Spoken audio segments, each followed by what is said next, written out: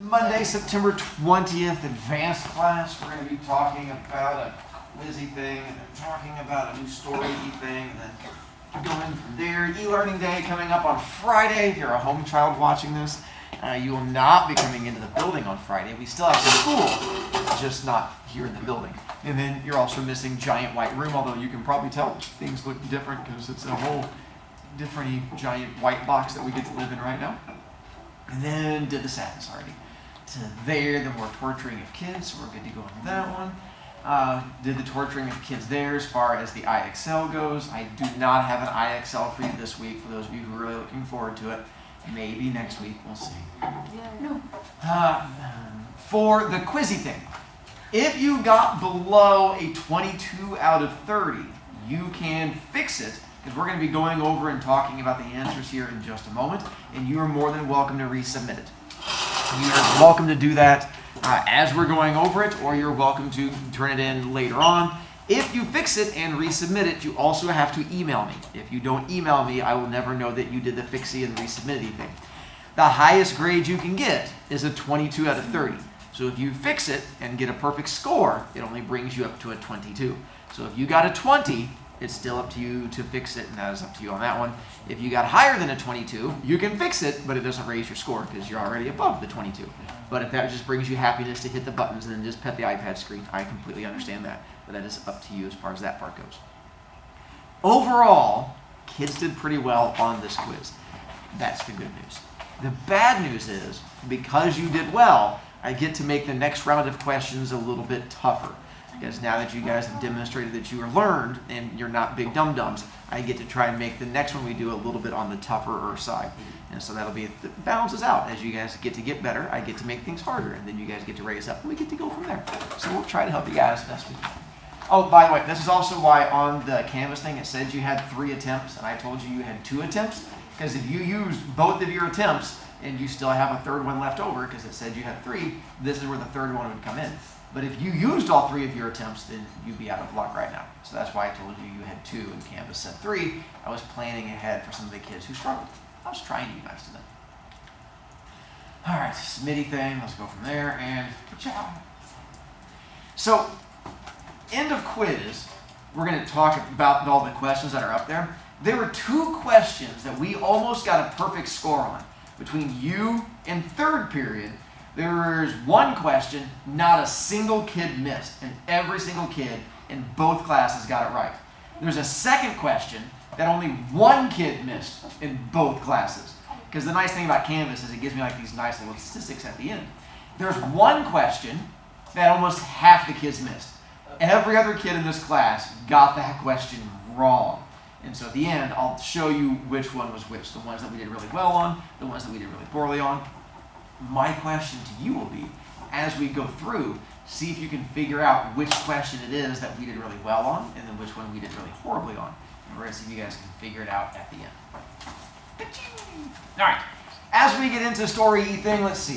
From after 20 years, what is the definition of theme? So on this one, multiple themes in there could have worked in one form or another. Time, revenge, deception, loyalty.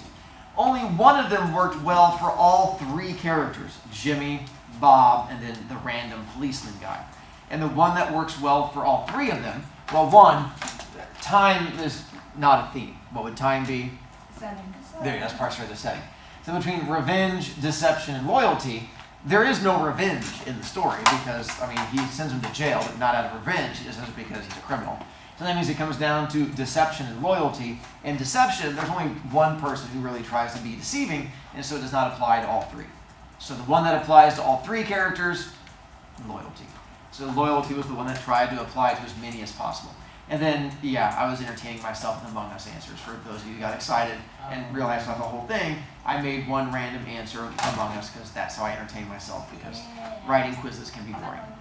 Please. I was reading the imposter questions to my cousin, and she is usually yellow, and so that offended her. As it should. That's spoken like a true yellow. 2, point of view for the story. So throughout the whole beginning of story, which character does it follow? Jimmy, who is also turns out to be the patrolman who's walking around. Is it following Jimmy at the very end? He's gone, so it can't follow Jimmy because he dips and disappears.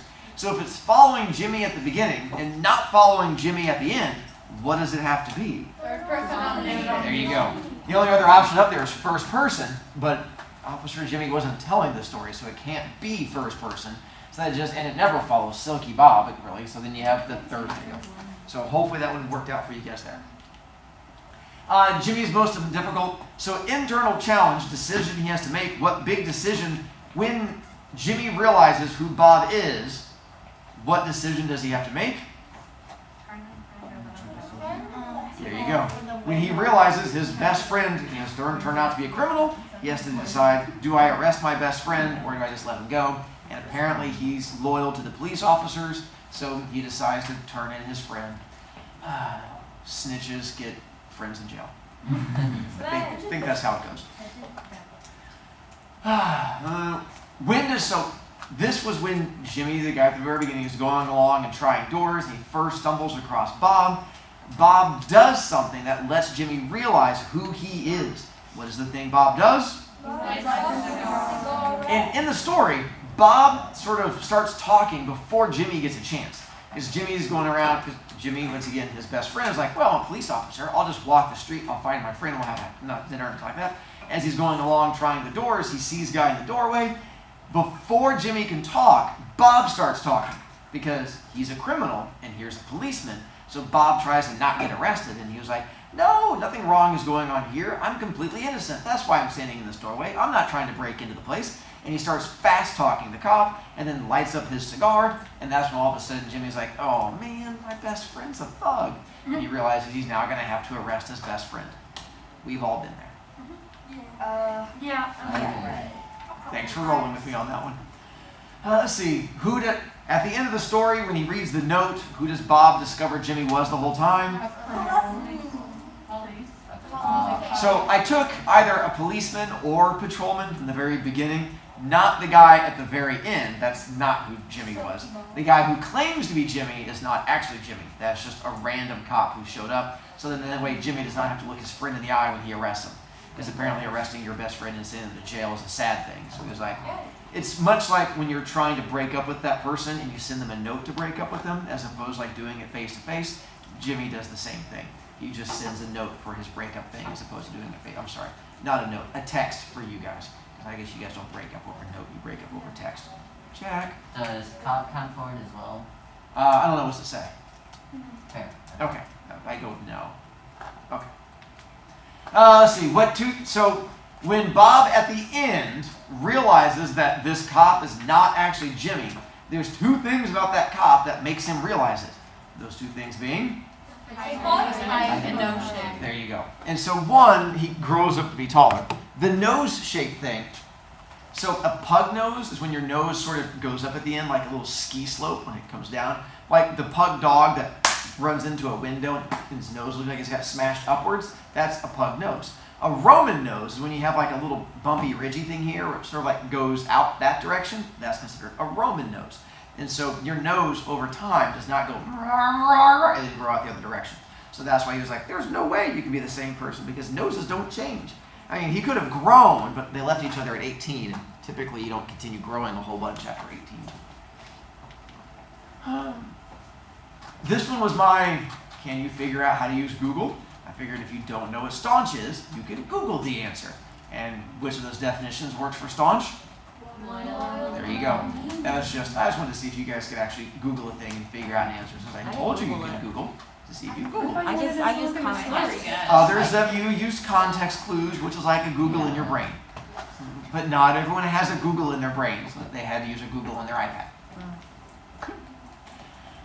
So, on this one, when Bob and Jimmy are going along, the cop asks him, he's like, hey, are you going to call time on your friend Sharp? Meaning, when it hits 10 o'clock, are you leaving immediately or are you going to stick around? At first, it sounds like he's asking this to see how long this criminal is going to be in the doorway.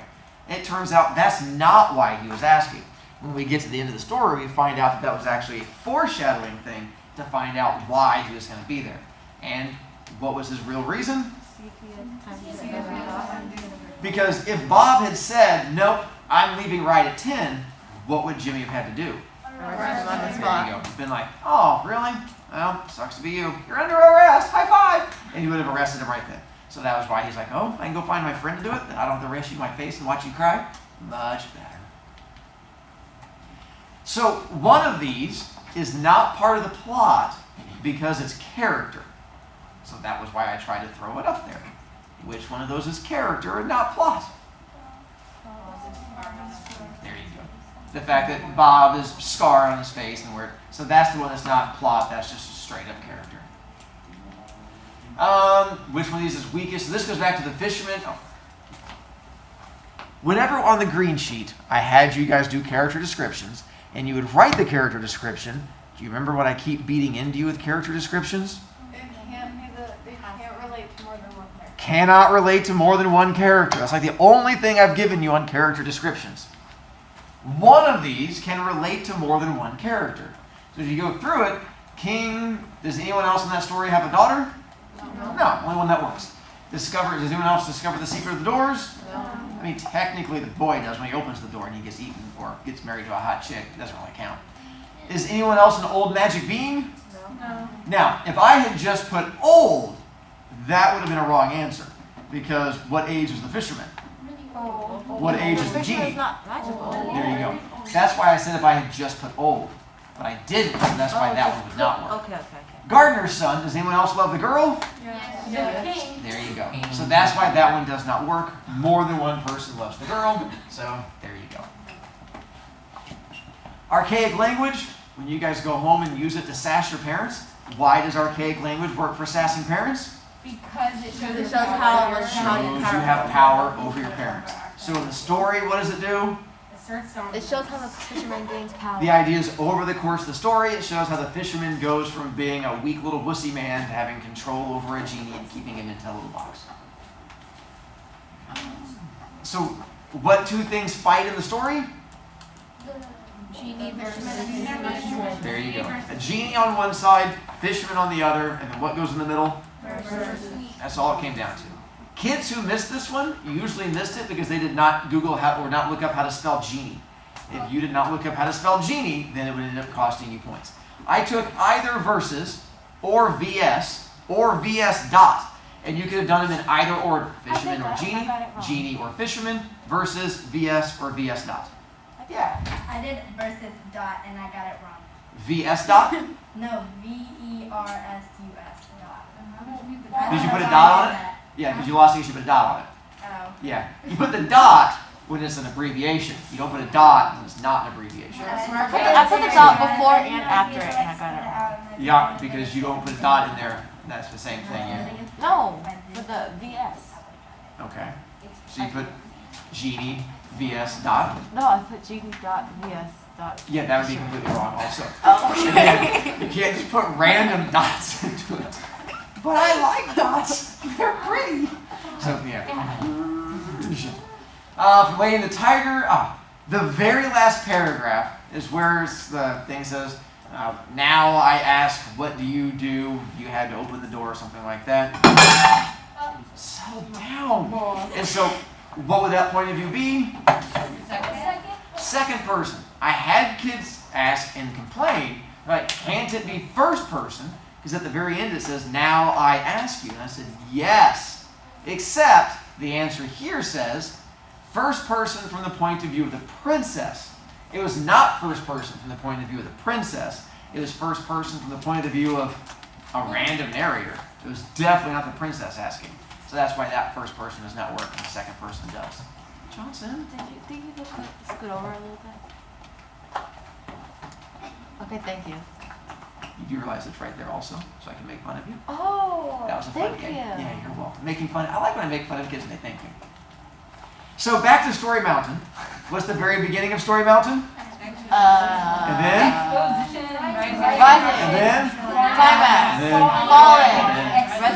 Resolution. So for this one, the ancient genie declares he is going to kill the fisherman, and the old man can. Is that exciting or not?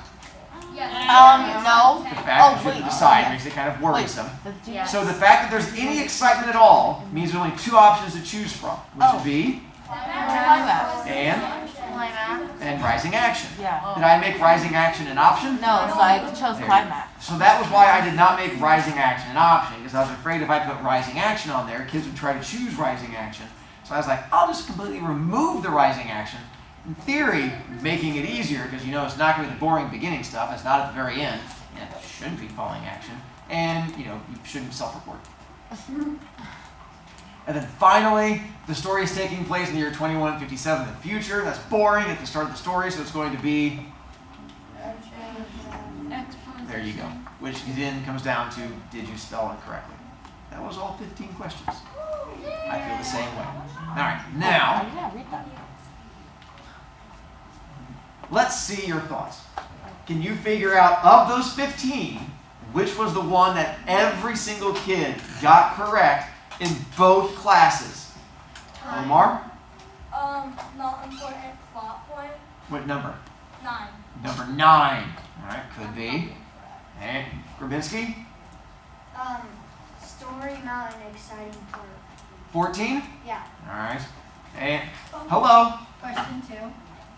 The point of view? Yeah. All right. And the correct answer being? Yeah, the one that you can Google the answer.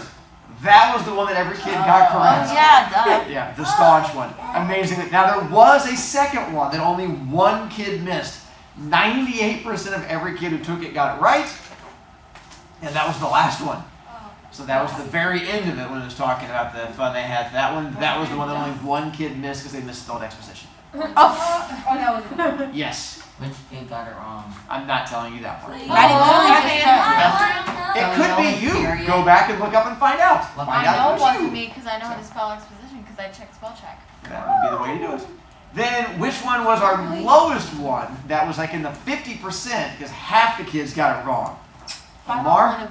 10. Let's see. Ooh, the which character wrong? I can see that one. Feel strong on 10. And Ellie? Excuse me. Eliana? Yeah, that's what I thought. Question 8. 8. Right, the calling time on sharp. Yeah. And No. number 1. Oh my god. The theme I was for my after best. 20 years, Okay. half the kids in this room got wrong. So look What on was your the question left, again? look on your right. Both of them got it wrong if you got it right. So that gives you an idea for I some got it reason. wrong by the way. Now, I don't know where that was. we had another one that was almost as Oh low, yeah, I got the first one which was wrong. at 65, which was number 10, the which character wrong. That was the other one that was low. All the rest of them, you guys did pretty well on. They were all like in the 80s and 90s and stuff like that. Oh, there was a 73%. 65, there was a 65. The 57 is kind of. It's one of the things I like about Canvas is where it comes back and lets me know overall like how well kids did on different parts of it. If you are resubmitting, make sure that you email me, because if you don't email me, then I cannot do anything to help you because I wouldn't know what's there. What do I say? I redid the quiz. We put our iPad. Yeah, we're done with the iPads. Are you spending Alright. the time on this? Now we just need green sheet thing. I don't know if it's canvas. That does make it tougher. I put cabinet. Alright. Cabinet. So, figuring out Story Mountain things, we continue forward. Like one of the things you're going to have to do on this quiz coming up for your e-learning days, figuring out Story Mountain again for the stories this week. So I figure we'll practice doing Story Mountain stuff again. With Story Mountain stuff again, very beginning of the story is, Exposition. Rising. Climax. Falling. Resolution. so I'll read the 5 things to you, then you're going to get a chance to do votey thing. So you have, Bob discovers that Jimmy is taller than his nose, and his nose grew. Bob discovers Jimmy is a lie, and he has been arrested. The patrolman finds the man standing in the doorway of empty store. Jimmy gives Bob a note that will hopefully help him out. Bob explains to the officer why everything is so normal. So figure out which one you think is exposition. I do pointy, you do hand raising. Yeah, yeah, yeah, yeah, yeah, and just one kid who's confused. You have a question, Owen? Oh, no. Well done. After exposition is? Rising. Figure out your rising action one. Meow. Meow. Meow. Meow. Wait. No. And, all right. After rising action, Oh, I read it wrong. I thought. Sorry. reading's overrated. Okay. Meow. Meow. Meow. Oh. And Wait. I was Guys. okay. Climax. Meow. Meow. Meow. That's hard. Number one. See, Bob discovers that Jimmy is taller and his nose grew. Bob You literally discovers said Jimmy is a what? lie and he has Like, been oh, arrested. Oh wait. Oh wait, Wait, what? Did we not read the whole thing on that one? no. That's like the end. No, It that's is the end. end. So what would that make that? Resolution. So that should hopefully make it a little easier on you there. Jimmy gives Bob a note that will hopefully help him out. It's one. Falling action. There you go. It's just going to have to be up to there. Oh, I was so right. Oh my So God. then, what comes after climax? Falling. So in theory, 4. meow, meow. All right, good meowing. Oh wait, for those of you who did not get a single one right, resolution. Well, I got some right. I'm still gonna raise my hand. Well, I figured that way. There you go. In case you wanted to feel like you got one right, I didn't want to leave you one behind. On green sheet, we have 2 things left to do. We do. We do. Let's look at We foreshadowing. have enough time? We do.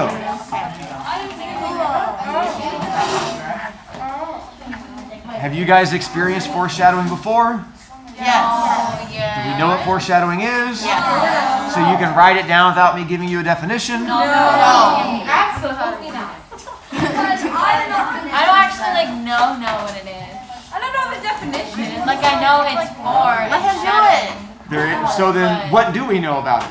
We know that. Mamel? Something in the story that explains the future in some manner. I like how confident you sounded while answering. That's what drew me in. Not bad. Gray?